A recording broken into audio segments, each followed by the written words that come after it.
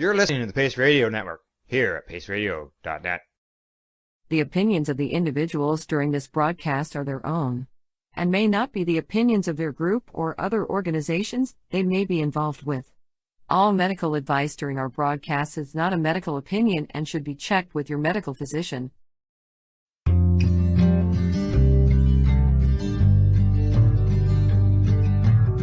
I want to talk about news, don't want the drama.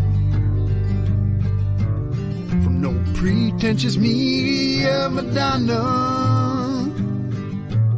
I found me a great ganja mama. Cannabis and coffee with Tamarijuana.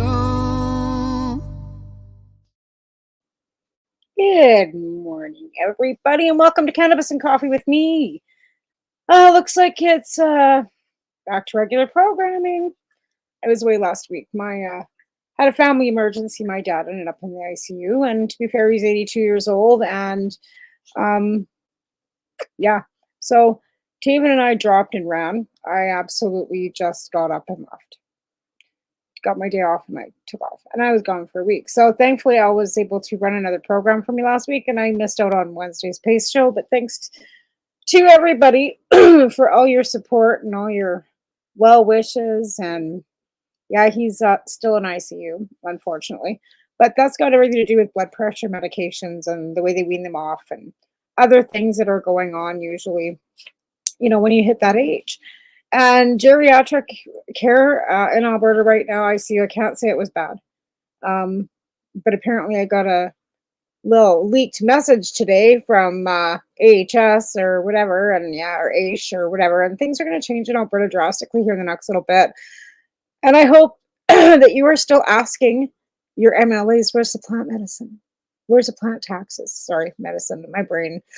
I need more medicine. Where's the cannabis taxes? They're all saying they have to cut back on this and cut back on that. You guys are getting a few more $1 billion a year because of cannabis taxation. Where's that money? And I'm going to keep saying it. Where the fuck's the money? We handed you the book, federal, showed you the money, showed it to you. And you ran with it and you went and legalized cannabis. Now where's the money? Education, healthcare, housing. Where's the money? Just saying.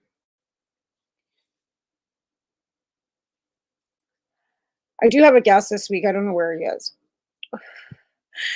Carl Bruand was supposed to be back for, 2.0 because we didn't have enough time the first time I had him on. And then last week, of course, I had to miss the show, but then he's supposed to be here. And I've sent him the link and I've talked to him. So I'm just waiting on him. But in the meantime, of course, we always take a few minutes to do a bit of a blurb in the beginning of the show anyway. So I come home on Saturday, 2 boxes, Amazon, toilet paper, all that kind of stuff. But I had a package from Steve Mathers as well. He's also affiliated to our network. He's on Mushy Moments with Reverend, what's her name? And so I come home with this beautiful package of stuff. So first of all, it's Inflammaclear, which is a mixture of all kinds of different antioxidants like curcumin and plantacolin and andrographic spa as well, green tea extract, salvia, buplirine, soriel, rosemary, licorice root, black radish root, and it's a potent anti-inflammatory formula to reduce inflammations associated with various disease conditions. I'm not going to get into the rest of it but check it out. There's this one. And then this one here is Super Sea Veg, also from my dear friend there. Rich source of nutrients and minerals from multiple sea plants for optimal health.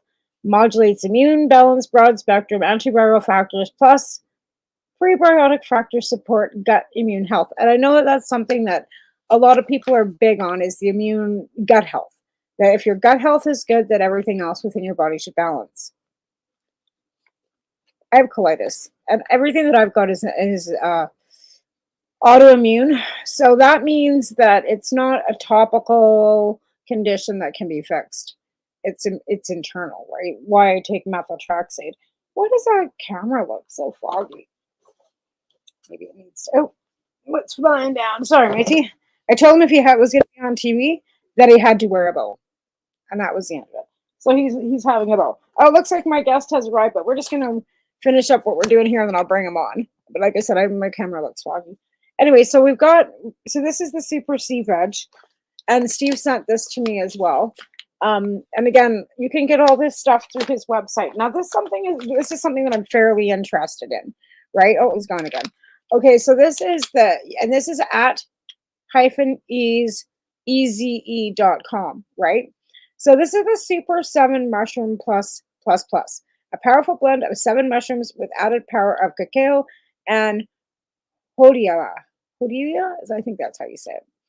So it's a potent and effective 7 mushroom supplement. Now, this is not psychedelic mushrooms. These are like lion's mane and regular psilocybin, or not like psilocybin, but it's not magic mushrooms. There's no psychedelic mushrooms in this mix. Not that I'm against that. I'm not in any way, shape, or form. It's just that I'm not good with psilocybin mushrooms, like with the magic mushrooms. I don't like that. I just don't like being out of control. I don't like hallucinations. I don't like that kind of stuff. Oh, now we've got him back. Okay, so anyway, so this is back to the 7 mushroom mix. So again, there's no magic psilocybin in this. This is just, and again, at /ease.com. And so this is all through Steve Mathers. Again, he's on our network, Mushy Moments with Cindy. And then he also sent me some gummies. Now, these are 20 milligrams a piece. Taven and I tried them. They didn't do much for us because they're 20 milligrams per, which 200 milligrams for the whole package. Apparently, our tolerance is too high, so we have to try some more of them. But we did try these. We didn't get much. I slept okay, but 20 milligrams isn't really just, like I said, maybe the whole package, but these are also available from Steve. So again, this is Cannabis Bloom, but we've got this availability too. So this is all stuff that I came home to in my mailbox, which I was super grateful for. So thanks to Steve for making sure that I had all this stuff when I got home, because it was a pretty stressful week last week, to be fair. Being in a hospital, watching my dad hooked up to all those machines was not fun. Anyways, we are, it's just the way it is. Everybody's getting older, and none of us are getting out of this alive. So if we can help boost our immune systems, because I turned 54 last week too. It was my birthday. It was a week. So lost through all that. So yeah, so I'm thinking I'm getting a bit older. We better try some more stuff. So again, it was nice to come home to all these lovely things in my mailbox. So again, thank you, Steve. I appreciate them, and I will give them a shot. I was going to try the mushrooms yesterday. I just trying to get my legs back underneath for being gone for a week, especially with everybody and the dogs, and having a creeping around my house, and having to call the RCMP, and having the dogs, maybe being reported because they're certain dogs. It's just been a fucking week from hell. But I'm back. But like I said, regular programming, I actually have to work today. And Taylor just come down, he goes, "Can I go to the gym?" I'm like, "Buddy, it's Monday, it's showtime, can you wait?" I tell you, I do this every Monday. I've done it every Wednesday for 10 years. And my husband on Wednesday nights, when we're in the middle of pace, will still phone me. And I've been doing this for 10 years. It's like, all right. Anyways, I see Carl has, joined us. So I'm going to bring him on, and we're going to get back to what we were talking about 2 weeks ago. Because so we'll have to recap a little bit of where, who he is and whatever when we get back. So I'm going to welcome Carl Bruand. How you doing this morning, Carl? How you doing? Hello. I'm fine, thanks. Out here in Ontario. Out in Ontario, did you guys get a big snow blast too, or are you guys doing okay out there for snow? Nah, come on. We had a few centimeters. A reminder it's winter. That's about it. Yeah, right. It's not. We're not into May yet, sucker. Right? Yeah. That always likes to come in backlashes. Yeah, we had a bit here too, but I was in Lethbridge, so when I left here on Saturday, it was snowing like a son of a bitch, and I drove out to Alberta in a snowstorm, and Right. I was grateful. Like, we have cameras, right? So the next thing you know, my son's going, "Hey, somebody's like snow blowing our yard." I'm like, really? So one of my friends' husbands, while I was gone, had come and blown out my carport and then snow blowing my whole corner lot. So that was awesome to come home to no snow to have to Wow. shovel either. But it didn't snow much, so just enough to remind us. Yeah.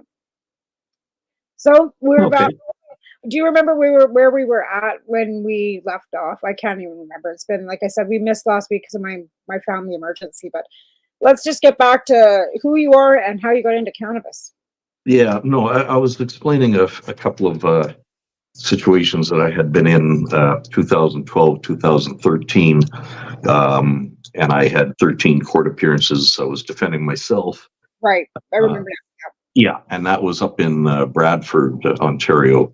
I didn't know as much then as I did following 5 years after that, 2017, 2018, when I was bud tending at a volunteer bud tender at a patient-centric dispensary up in Vaughan.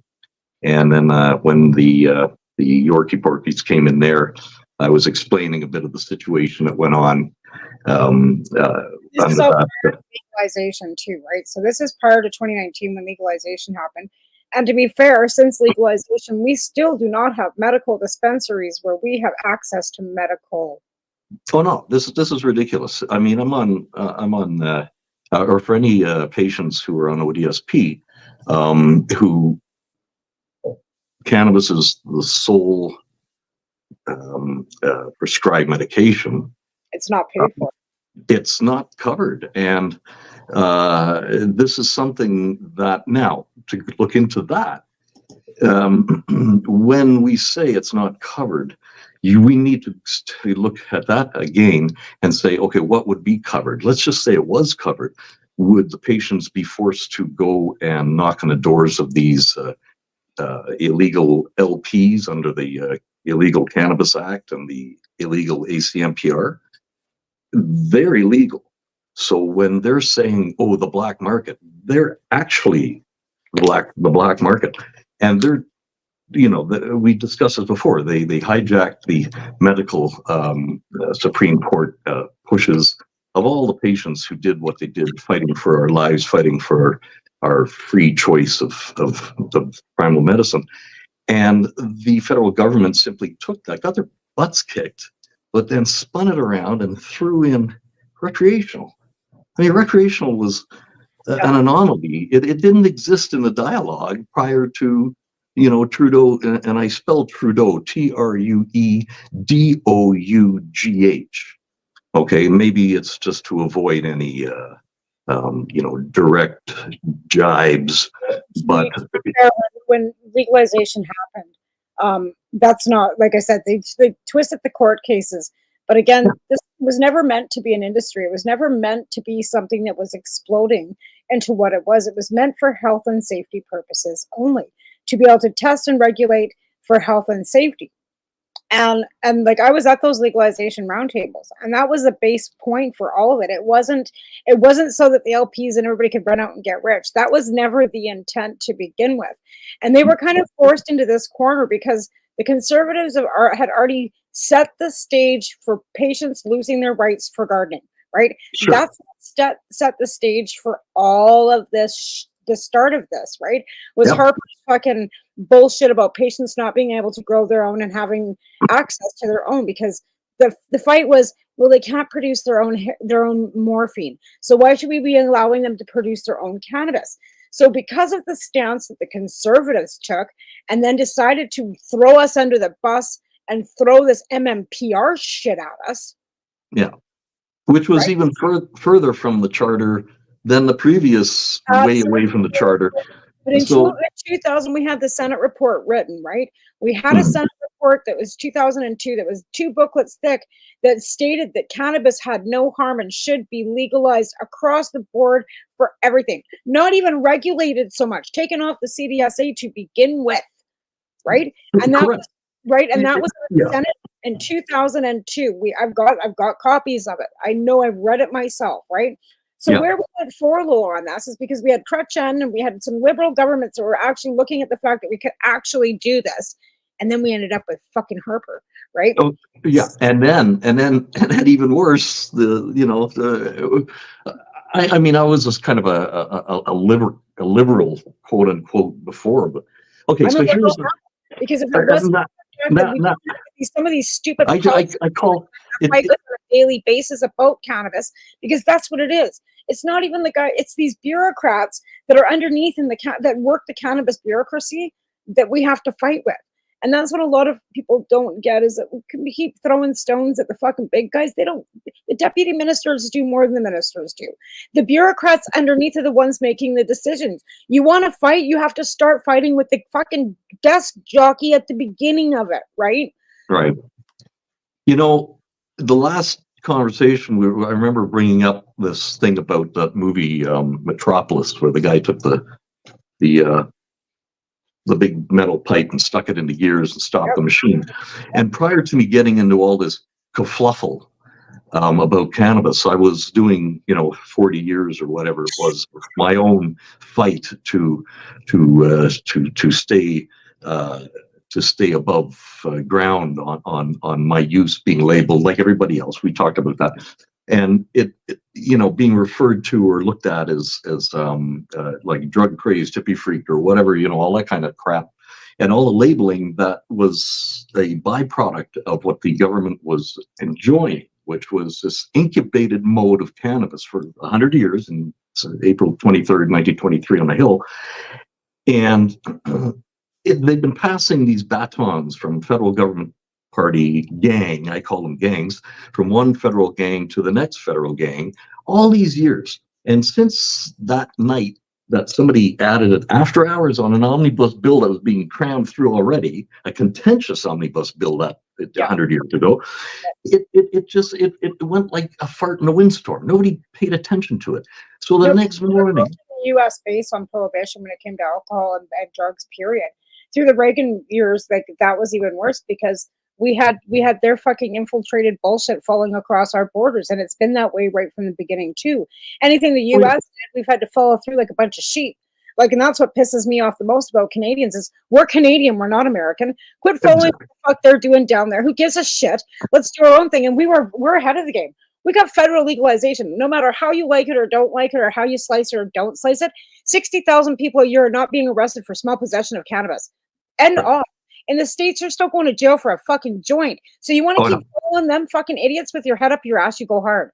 Yeah, no, see, this is where, for a number of years, I've identified the fact that Canada is probably going to be the point, the return, where the return of this free ditchweed to the hands of the people globally. If it has to start here in Canada, so be it. We shall do it, and we shall then see. Though I guess the thing is, when I was doing my research, I was defending myself, so I had to become my own lawyer and all that kind of crap. And I was digging in, and believe me, I went banshee on the research, on the history, on the this, that. I knew more about this plant than at some point my head was spinning. And I remember seeing this one lady with pussycat glasses, and she was dying of cancer or something like that. And she was in front of a board of this semi-round table of all these American white males sitting there like this, and at the end she's crying, and she's saying, I don't understand why, blah, blah, blah. And then basically she said, I just want my plants so I can stay alive. And they had to basically do this or this, and basically they pan, and they're all kind of going, sinker. There's only ever 6 people in the United States who are ever federally given medical licensing, and they still get it. They get the cans of the fucking 100 joints. We were talking about that not last week, but the week before on Pace, because we had a grower from the States, a provider from the States. There was actually an ex-Israeli soldier, and he's a veteran of, and they're vets that are trying to take care of each other in the States and fighting for these, for the same. And they're looking at the Canadian model for their vets, because our Veteran Affairs pays for a certain amount of cannabis for our veterans, right? And we have years. And so they're trying to model their program that they've got going in California after our program that we have for our veterans here in Canada. So there are certain models that our government, whether we like them or don't like them, whatever color is, I don't care. Let's just leave politics out of it. whatever's been done for our veterans up here by the ministries that are taking care of them is being looked upon as good enough for other countries to start with, right? Right. So that's Right. something that we should be proud of as Canadians, that we have come this far with court case after court case, patients fighting patients, okay? Like, don't get me wrong. If it wasn't for patients fighting for their rights to use cannabis under the Charter 7, Section 5 of our Charter rights to be able to medicate ourselves in whatever manner we want to choose from, which is in our Charter, right? Under Section 7, that's what has gotten us this far. If patients hadn't have fought, we couldn't even look at recreational. They wouldn't have been able to even look at the fact that every adult in Canada, and that was my stance too, like, why leave it just for people with medical, okay? Every adult in Canada is using cannabis medically, whether they realize it or not. If they're using it for sleep or they're using it for eating, if that person is so stubborn, because look at, for example, my father who ended up on dialysis because he won't go see a doctor, right? People are medical that would not go to a doctor to get that prescription for cannabis, even if they could. For example, thousands of them.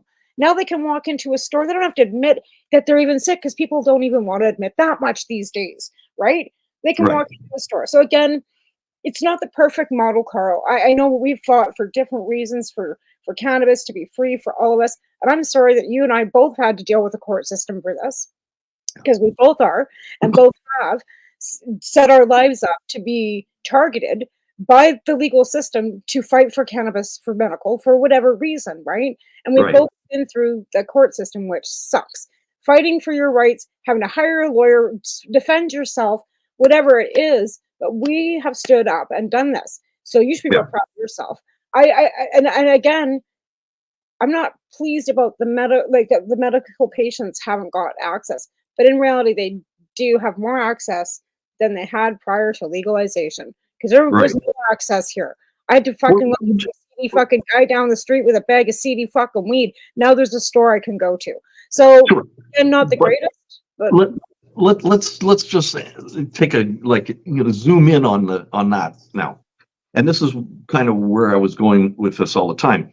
When I mentioned about to ODSP about the fact that my main only prescription for cannabis is not covered, they said this needs to be addressed. That was many years ago. And I find that, of course, the point slip. No, here's the thing. When it comes to, if they ever hypothetically said, okay, we'll cover your cannabis medication. Oh, really? Now let's just hypothetically look at the situation. So is that are they going to tell me now that they throw me a bone and say, but you have to go to the LPs to get your stuff?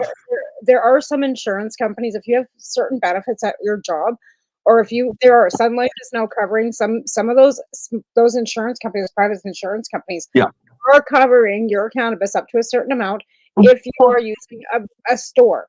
So you can. But yes, you need a receipt. You need and you need to go to those LPs. I'll never buy a product at an LP store ever. Well, and that's the thing, right? They will, but if you're growing your own, there are certain things that you buy to grow your own, like your nutrients and stuff. You can break those off with your taxes as well, right? So those are things. So those are things that the Canadian government actually has accepted. Like for me, for example, like I don't get anything covered by my insurance company, my husband's insurance company. No. When I do my taxes, I put in my receipts up to $300 for my I just went through that with an accident with the insurance company and all that. Yeah, you bet. But if we don't sign a non-disclosure. But the thing is, if we do not keep forcing these insurance companies and bringing them the receipts and showing them that we need this stuff and expecting them to pay for it, they're not going to. Because you know how hard it is to fight, and they want you to give up. They want you not to get paid. They want not to pay you. They don't want you to fucking succeed. So we got to keep fighting these fuckers, and that's why. Okay, but this is a key point of this that I need to bring up, and this is a perfect platform for it, because I want people to really envision or conceive this. When hypothetically they say, okay, we're going to cover your cannabis and force us to go to LPs to buy our irradiated 1000% profit bullshit, all based on illegal laws, by the way. So we're supposed to go to these licensed producers, buy our medicine, but that's being ramped up as a recreational. So you're suggesting that I go to buy my meds They have a health section from a now. recreational outlet? Come Oh, yeah, on, go you've fuck you've yourselves. never been into a store, Yeah, right? So they have a yeah. health section now. So now you can buy capsules and you can buy topicals, and it's under the health section, health Oh, and recreational stores, right? right. But here's the crux. What everybody is getting distracted about is, oh, that's great, oh, that's great, oh, that's great. I'll never inhale, I'll never apply an irradiated cannabis LP licensed, registered bullshit, overly protected, illegal product where I can just either grow it for myself, or the fellow patients who are doing this without the irradiation, without all the things that Health Canada allowed their LPs to get away with the pesticides and the nutrients and everything like that, that had put it off the scale just so they can continue profiting off that. Okay, so we don't need that. But we So can now. what's that? Like the thing of it is prior to legalization, patient to patients was still illegal to do, right? Like, and then the Smith ruling came in. But because of legalization, we can actually gift up to 30 grams to each other. Well, previously we could not do. Right. So, but that's the thing. Oh, we're allowed to. Oh, thank you. Hold on a second. Says who? And the Right? reason I'm bringing it back to the says who is because because Owen went to court, right? And so when the court in Canada, that's who, I guess we have to follow the laws. We have to live under the laws of the land, right? But here's the thing. My two cases, I was winging this shit. I had no idea what I was up to. I was just trying to do the research I needed. And every time I dug into it, I kept coming up with this scheduling as a narcotic. Yep. And I'm thinking, well, hold on a second. And the same reason that I sent that email to the Upper Canada Law Society saying, I'm trying to research my defense with your books, but you keep using the word marijuana in there. I'm really messed up because that's not even a word. Right. So if you want to use that in your legal text, a racist word that the Americans. Yeah. Well, yes. Americans did that. And that was prohibition in the 20s, right? Yeah. So when I was, I'm like, I'm identifying, I guess, a number of things that either people don't want to talk about, they've forgotten conveniently. But everything, because I'm fighting for my life. I'm either going to jail or I'm going to walk free and I'm going to enjoy my life as I should. Now, it ended up being that I walked free, and because all I kept asking was, well, says who? Why? And I went and I took that curtain and I ripped it open on the man behind the curtain as Toto. Okay. And this is exactly how it went down. I wasn't intending to do anything. Maybe if I intended to do it, I would never have accomplished it. But I tripped over the finish line and won. Now, I needed to clarify because on the second court series that I had in 2017 to 18 up in Newmarket, when I sizzled the Crown's asses for two previous appearances, they sent in the big gun to have his way with me. Okay. And I'm like, okay. And then that's when I ran up and I jumped up and I opened a door, and then when the judge put his hand up and before we started, and he said, excuse me, and he says to the Crown, Mr. Bruand, it's to my understanding, Mr. Bruand wants to present a charter challenge. So when you take him down to the booking office, I would strongly recommend that you book 5 to 6 days minimum, because this may take a while. And then he looks at me and says, am I correct in saying so, Mr. Bruand? Now, he's not my friend, as we discussed last time, but he's the best person for me to. And I looked at him and I realized he just gave me my option. He just explained to me my option, which is his duty. And I said, absolutely, Your Honor. So he said, okay. And so that's when I jumped up and I opened the door for the Crown, and he's like, what? We have a nice conversation on the way down to the booking office. We booked 5 days or 6 days in 6 months later. And then that's when I had my anxiety attack, when I came back upstairs and sat down in my chair and I couldn't breathe. And the Crown gets a phone call. He goes out to the hall And when he came back in and he's talking to the judge, I'm trying to breathe, and all I hear is wah, wah, wah, wah, wah, right? This was my story last time. But it's when I dabbed my eyes and I turned around, and when the crowd came back in and they spoke about something, I didn't know what happened. I honestly didn't know what happened. And I'm like, okay. And I dab my eyes and I look up and I just see the judge. The judge was like this, all I see is this, but blurry, right? And I see teeth. And is he smiling? And I dab my eyes and I look and what I said last time, the first thing that came out of his mouth was, "You're free to go." That's not the first thing he said. When I asked what happened, he looks at me and he says, "Very well done, Mr. Bruand." Now, and I said, "What did I do well?" I had no I'm idea. going to stop right there, and you're going to finish that after the break. So we have another half an hour for you to tell it. So we're going to take a 3-minute break, and then we'll be right back. So Carl can finish telling the rest of the story, because this is a good part. You'll like it. All right, we'll be right back.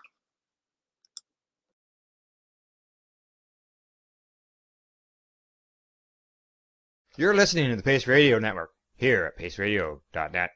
Limestone City Hydroponics is Kingston, Ontario's hydroponics shop. Take your growing to the next level and create the optimal environment with a tent kit, or maximize your yield with an ebb and flow flood table kit. Either way, Limestone City Hydroponics has more sizes and options to fit your needs. Are you looking for the power of the sun that adapts to your budget? Then look no further, as they have professional grow lighting. They have indoor grow systems that are easy and cost effective, with many options to fit your living space and lifestyle. Cultivate your growing potential. We have everything you need to succeed. And if you can't make it to the store, they offer local delivery to the greater Kingston area. Remember, when you're looking for experts to help you grow, then look no further than the locally owned Limestone City Hydroponics, 105 Sunderland Drive in Kingston, Ontario. Call them at 613-548-0420.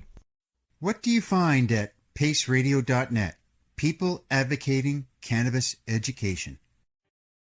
Cannabis edibles are an effective way to manage pain and other ailments, especially when you deal with your trusted partner, Legacy 420, in Tyendinaga Mohawk territory. You see, we lab test every product on site to ensure proper dosage every time, which is critical when consuming cannabis edibles. All Legacy 420 edibles are made by our classically trained baker and chocolatier, and we also have super tasty vegan options.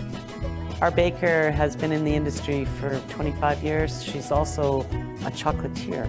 Everything from savory to sweet, your chocolate bars, brownies, butter tarts, you name it, we make it. Talk to our knowledgeable Cannatex about our incredible variety available. Give your trusted partners a call. Legacy 420 out on your road.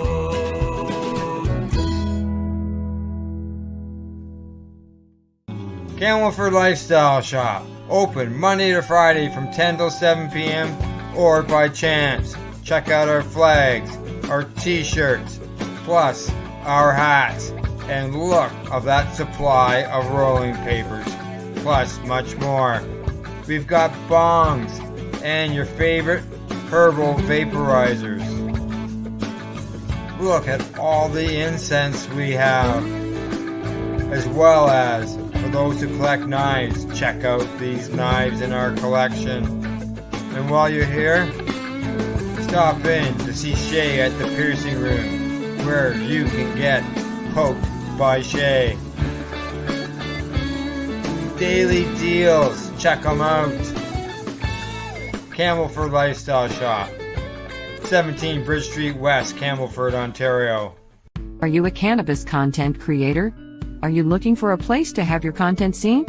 If you answer yes to both questions, then you need to check out cbgtv.com. Pace Radio is the people advocating cannabis education radio network. You're listening to the Pace Radio Network here at paceradio.net. All right, we're back after that commercial. What do you got there? What is that? It's a little case that somebody gave me for my birthday years ago. It was like back in the 60s or something. It says, nature's way of staying high, I guess, but nature's way of staying medicated. So, Well, and to be fair, back to our sponsors and stuff, like, Campbellford didn't get their medical license or their cannabis licensing, but they stayed alive with papers and stuff because that's still under the Cannabis Act now. Like our store, like I can't sell flavored papers at my convenience store, right? We have to have tobacco products. So, there's that. But the Legacy 420, right? They're on the Tenanga Nation, and that really opened the door for the reserves to just make their own regulations and take off with the medical side of things. So if you're in Ontario, like you are, you can actually have access if you're close to it. Where Al, I guess, is take this off the dog, not too far from the Tenanga, and they've got access to Legacy 420. But they also have mail order, but they have got some really nice product for patients. Sure. Yeah. Now, and let's get back to where you were at, because you were at the judge, and the judge was smiling at you and saying you done okay. So let's get on.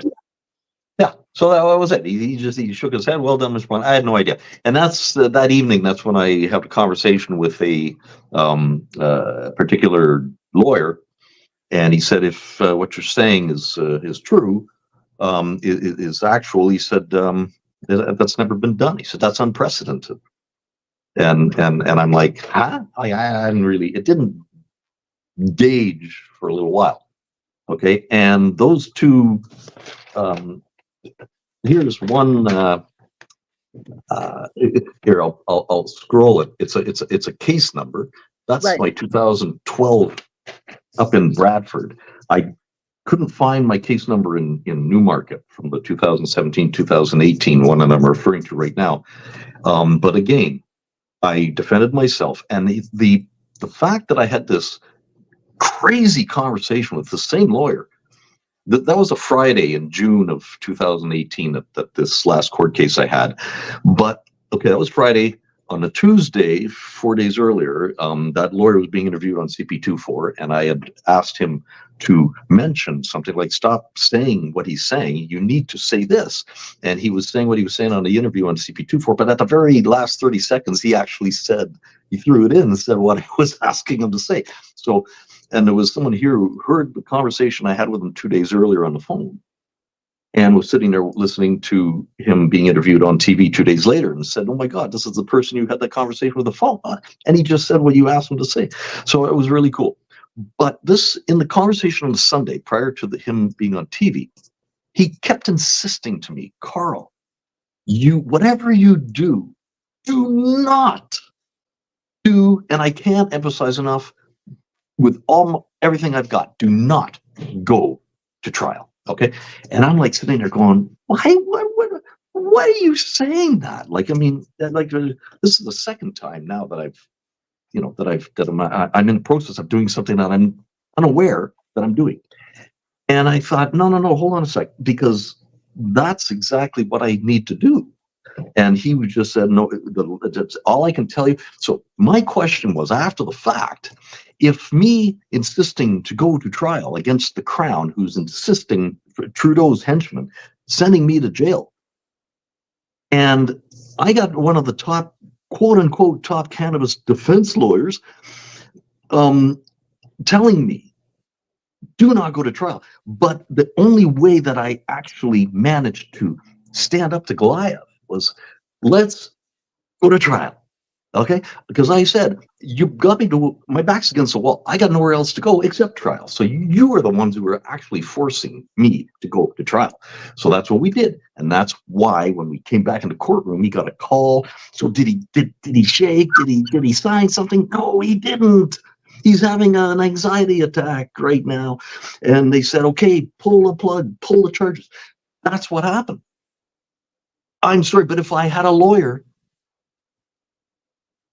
they would have avoided me ever exercising that one fucking muscle that I needed to do. Well, your lawyer would have caved. No, my lawyer would have been shit. My lawyer would have told me exactly what to do for them. Your lawyer for them, yep. Not for me. But in hindsight, I wouldn't say that lawyer was probably doing it for them. I think the fact of the matter was he's looking at the fact of the of the No. I'm going to stop you right there. I'm sorry to jump on this, but this is the interesting thing that people need to become aware of is that when you think somebody's actually standing up for you, when they got 1 foot on the boat and 1 foot on the fucking dock, you're not defending anybody but yourself and your own interests. And as far as a lawyer is concerned, okay, they're sworn to their oath. They need to retire. They do not want to get blacklisted. And cannabis for 100 years has been bread and butter for lawyers, for the courts, for everybody and their dog. And nobody's talking about this. And you need to come. Right. They've cut their legs off because now there's no crime. There's no possession. There's no, but the thing is, that was the point of it. Like when we were looking at it, we wanted to cut court costs because we wanted them to actually be going after the fucking real criminals because we weren't. They were people who use cannabis aren't criminals. So why would they be even criminalized to use us as bread and butter? So cut them off. You fucking rights. I don't want them fucking. Well, I'm telling you, I think fucking lawyers fucking bread and butter. You know what I mean? Why should they? And you're right, they did. They got rich off possession charges and all kinds of fucking stupid little charges off cannabis for fucking 100 years. Courts in their lips, fucking. Oh, here comes another one. We can, and then the money into the pockets of police prosecution. Fucking non-criminalized people, and they criminalized us. They made us fucking criminals when we weren't. None of us, no matter whether they're medical or not. People who use cannabis aren't criminals. Period. Now, Tamara, I'm again in the grand scheme of things. When I was researching all of this in an emergency research mode, right? And I was going banshee on input, like it was just like a sponge. And what I was also realizing was all of this that we're all sitting here being, oh, look, a distraction. Okay, there's an old word called subterfuge, and it is a term used in debating, let's say, and it's basically you throw your opponent on a distraction or whatever, right? You focus on something else so they don't get on you on something you don't want to talk about. Okay, so what I noticed was we're all here talking about personal use of cannabis. Okay, now that's this. Okay, there's personal health and personal use and prevention. But then with that same stupid fucking plant, the ditchweed, that free ditchweed, environmental, climate, industrial, consumer and manufacturing habits. Okay, those are all other sectors of industry at the same time signed off that night, April 23rd, 1923. And everybody went, whoa, bring in the patents. Come on, here, bring them in. We've got them all lined up. And ever since then, I'm wearing polyester. I'm wearing, cotton through in their push too. But I can tell you, in the years that I've been doing my career of various things in the creative world, I always, in marketing and stuff, when there was an idea that you had a golden idea that everybody could kind of relate to, you've got millions on that. But if there's that same whatever product it is or source that you can put two or more benefits that somebody could use, it's not 2 million, it's 4 million, and then 16 million. It quadruples. And cannabis, that stupid ditchweed that was deemed narcotic overnight 100 years ago, just like that, it actually is a superior product to not just the synthetic patented replacements all these 100 years and in all those different sectors, including personal health, but it's far superior to, like, an I-beam of cannabis fiber will outperform a steel I-beam in the shear strength of the tensile strength. It's stunning. So why? And here we are, all spinning our wheels over medicine. It's all about money. When it all boils down to it, like at the end of the day, it's all about who gets rich quicker. And we have known that our whole, it's capitalism. Capitalism, money, period. So I guess after all this, I'm exhausted. In the past 12 years, 15 years, I've been spending energy to saving my life against other people who are tax-paid people who've been going out of their way to put somebody like me down and never be able to express the fact that these people are actually actively doing this. This is an assault right now as we speak. Our charter is being ransacked by the federal government, by Health Canada. Health Canada's got to be the biggest corporate pole-stroking political joke. Here's the worst part about it.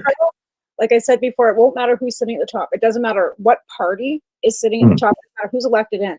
Those bureaucrats never change. So we've had the same bureaucrats running that wheel at the bottom end for decades, right? So you can't be mad at Harper, like, fuck, let's take you in Harper. Can't be mad at Harper, can't be mad at Trudeau, can't be mad, blah, blah, blah, blah, blah, blah. Let's go back 20 years, can't be mad at Chrétien. It's the same people that are sitting in those chairs, the bureaucrats below them that are still there. They're still pushing the fucking wheel, right? So how do you get rid of them?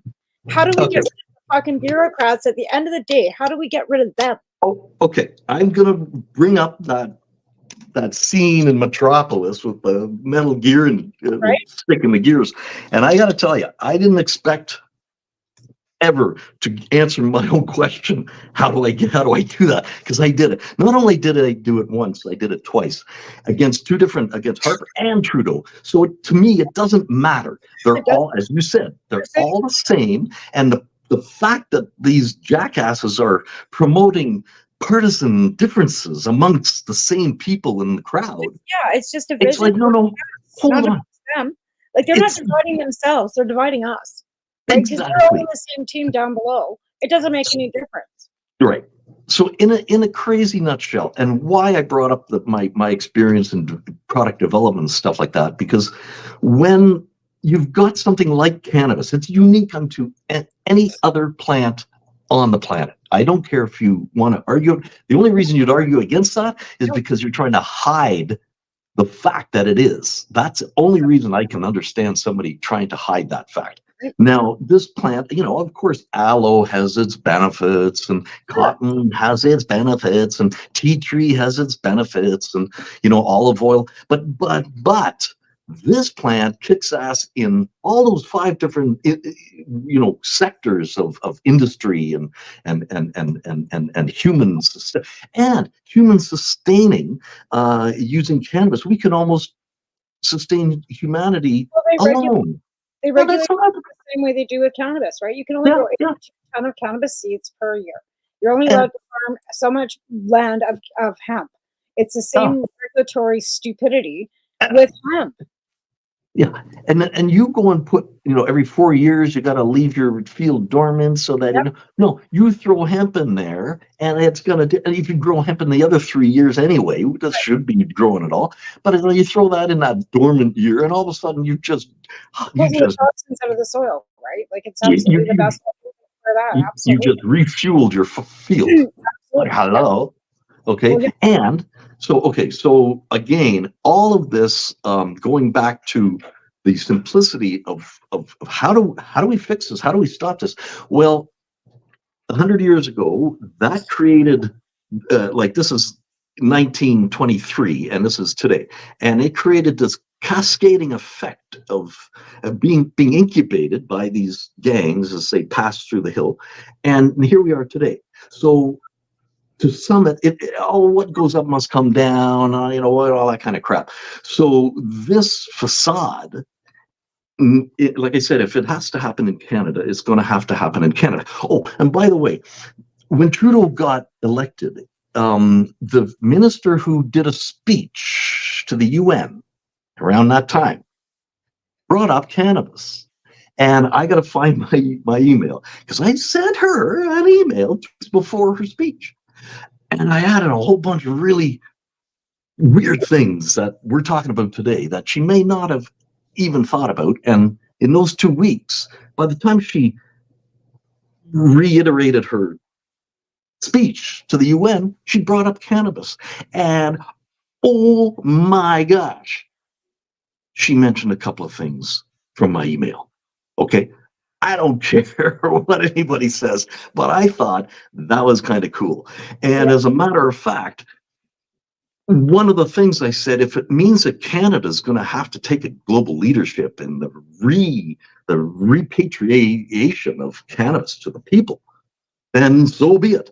Yeah. It's going to be done. And that was one of the things that was pointed out. If it meant that the monarchy and all the Commonwealth countries were all dictated, you got to do this with cannabis 100 years ago, and they all did it, and all their buddies have been making all their synthetic toxic patent billions and quadrillions ever since.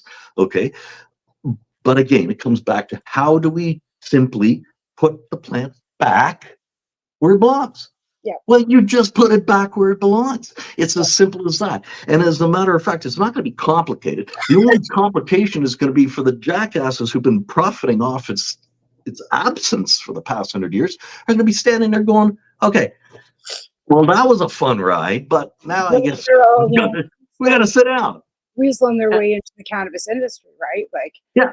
It's not to profit. Cannabis was never to profit off of. It was to be supplied for everybody so that they can use it in this billions of ways that it can be used. And from that, you profit. And not only do you profit, but you also help the planet survive. Your society is stunning. Okay, it is stunning, the fact that we're still here talking about it, and let's not get distracted. This is not just about personal health and personal medication, and that we're all sitting here fighting and all the they're loving it. It's like they got their hand on our heads. And, look at these guys over here.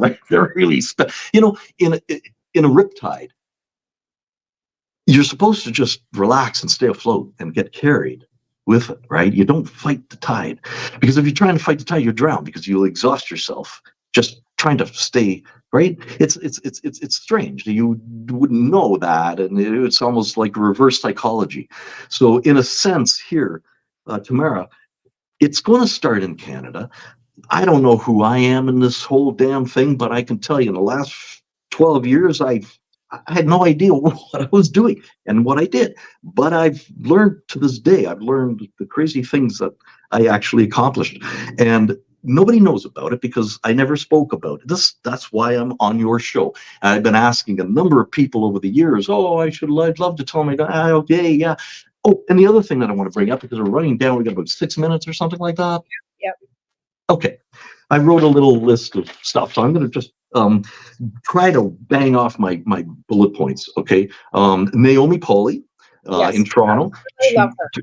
There's a I want to do a shout out because there's a fundraiser going on this Saturday apparently, and whoever just find out about it. Puff Mama, Mike Rita, it's all over Facebook. But if you can get there, go out there and fundraise for that old girl, because we love Naomi. You betcha. Thank you. Okay, so that's that. Okay, leave it at that. Very well. Okay, that Naomi Pauly, the Cannabis Act review. Okay, we'll talk about that. Maybe advertising. Oh, and about the advertising restrictions and the lifestyle and all those things that Health Canada came out and said, because their toxic synthetic patent evil big pharma company pole stroker guys and gals, okay, they're all there, and they're saying, oh, no, whatever you do, let us continue flooding the market and the media with our messed up fucking synthetic toxic shit that's going to fuck people up more. Let's just please let us the airtime for that on a continuous basis. I agree with that 100%. But prevent anybody. So here's the thing, my stance on that too. We don't want to be appealing to children. If you've got an 18 and over market, you're not appealing to children anyways. You're not advertising to children. It's 18 and over. So if you can have a unicorn on a beer can, what the fuck? But you can't even advertise for beer or anything either. So what am I looking at a Montana's ad on CP2 for at 10:30 in the morning with a beer on it? Right. Well, they're not Excuse me. So okay, now aside from that, back to the ads about cannabis. Why did Health Canada specifically say, "Oh, and no lifestyle advertising"? No, I'm an artist. Okay. I gotta say, I'm an artist. That's it. That was the bottom line with that. Gotta save the children. Can't be appealing to children. That's their answer to that. No matter what. What did I? Okay, I saw last night an ad for expecting mothers to be injecting themselves with some kind of a thing that'll help preborn. Now, I'm sorry, they just crossed the line so grossly, and that's so blatant. It's like an ethics and morals debate unto its own. Okay, I just wanted to throw that out there, and this is what Health Canada is allowing, and the states is allowing every day, for the mind to be sitting there intaking all this stuff, Gazantac or whatever, all these different Oblidi. Did you say Oblidi? Oh, I said I take Oblidi or whatever the fuck the bullshit is. It's sick. It's sick. And do not take if you blah blah blah blah blah. In about 15 minutes, all sped up into a 30-second commercial about that. Oh, if you that may cause suicidal. Yeah. Fuck you. So the bottom line is the simplicity of this argument, the simplicity of cannabis on our planet today. I'm the guy who's going to be bringing that home, and I had a discussion with a guy in front of a lift show downtown where I'm smoking a joint, he's having a cigarette, and he was a businessman. I'm a long-haired guy, and we got into talking. And I started talking about the coalition. I started talking about our chartered rights and the fact that all of this is illegal. And he was like, what did I just invest in? And I went, wow. And he thanked me for telling him all about this other stuff that he had no idea. And it taught me that there were a lot of people getting hook, line, and sinker down this, this green gold and all that kind of shit. Boy, did I learn, bless you. Boy, did I learn in the time that I was involved with the coalition, that the people who were screaming, oh, free the weed. What do you mean I can make a buck? Whoa, I'll never say that again. And then the next thing you know, they're shh. So then, it's like, no, hold on a second, asswipe. What did you just do? And I'm sorry, I need to make money too, right? As your excuse is. It's like you listen to Nazis saying, well, if I didn't do it, they would have killed me. Right? I know, like everybody just kind of like ran off to the legal market. I have a hard time with that some days too. There. Because I'm sitting here like I'm working a Joe job. I had to retire because I get. But this is kind of what the government was doing. They were playing. Yep. They're playing everybody. But in the meantime, they're set up right now. Ford's buddies running the Ontario Cannabis Store. Are you fucking kidding me? I know, and it's the biggest money-making corporation. Why I keep asking, where's the taxation? Where's the plant money? Why are you begging the feds for money for housing? Why are you putting out public health care? What the fuck is going on? Where's the money? You're getting billions of dollars more from taxation from cannabis, and you're fucking broke, and you're in a deficit? Shut the fuck up. Yeah. And now here's another one, okay? Because we know that in the dairy market, the dairy world sector, that there's a huge bullshit going on there with forcing everybody, all these farmers, to basically irradiate their milk. Right, like the irradiation of the cannabis through all these stores, and the pasteurization process, okay, and how it creates lactose and how it creates problems for people's health down the road, where it's really what it's just giving convenience to get it to the store, to give 2 weeks or 10 days so you can consume your milk instead of it going bad in 2 days, right? So it's all this kind of crap. Preservation, right? And that's what it is. Like same with bread. You ever fucking bought a loaf of bread from Dempster's? Like, and it's something I noticed. It sits on my shelf at work for a week. They write it off. Then I bring it home and it can sit on my fucking cupboard for 3 weeks and not get moldy. I just had a peanut butter sandwich with 2 slices of that stuff yesterday. Right? Like, it's just like, what the fuck did I buy from Safeway, or when I make my own? 3 days, it's got mold on it. I'd rather see mold than have a fucking loaf of bread that lasts fucking for 4 weeks on my counter without getting moldy. It's maybe you just lucked out. Who knows? No, I've got boxes. I've got boxes of it. Okay, so now again, the coalition. We got 2 minutes. What's that? The coalition, when the coalition was formed and everything like that, what I was referring to as a ragtag team of patients. We were all marginalized, dying, sick, and you know, and here we are up against, somebody who's literally just toying with us, just like a cat and a mouse, and we go and we kick their ass in the courts, and again, and then they just turn around and they're okay.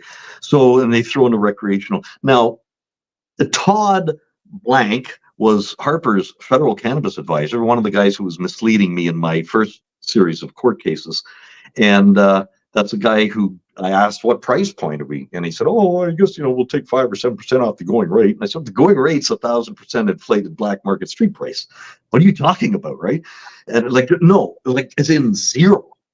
And he's like looking at me, we never really. Next week, because we're done. We have to wrap up. So are you going to come back next week and finish this?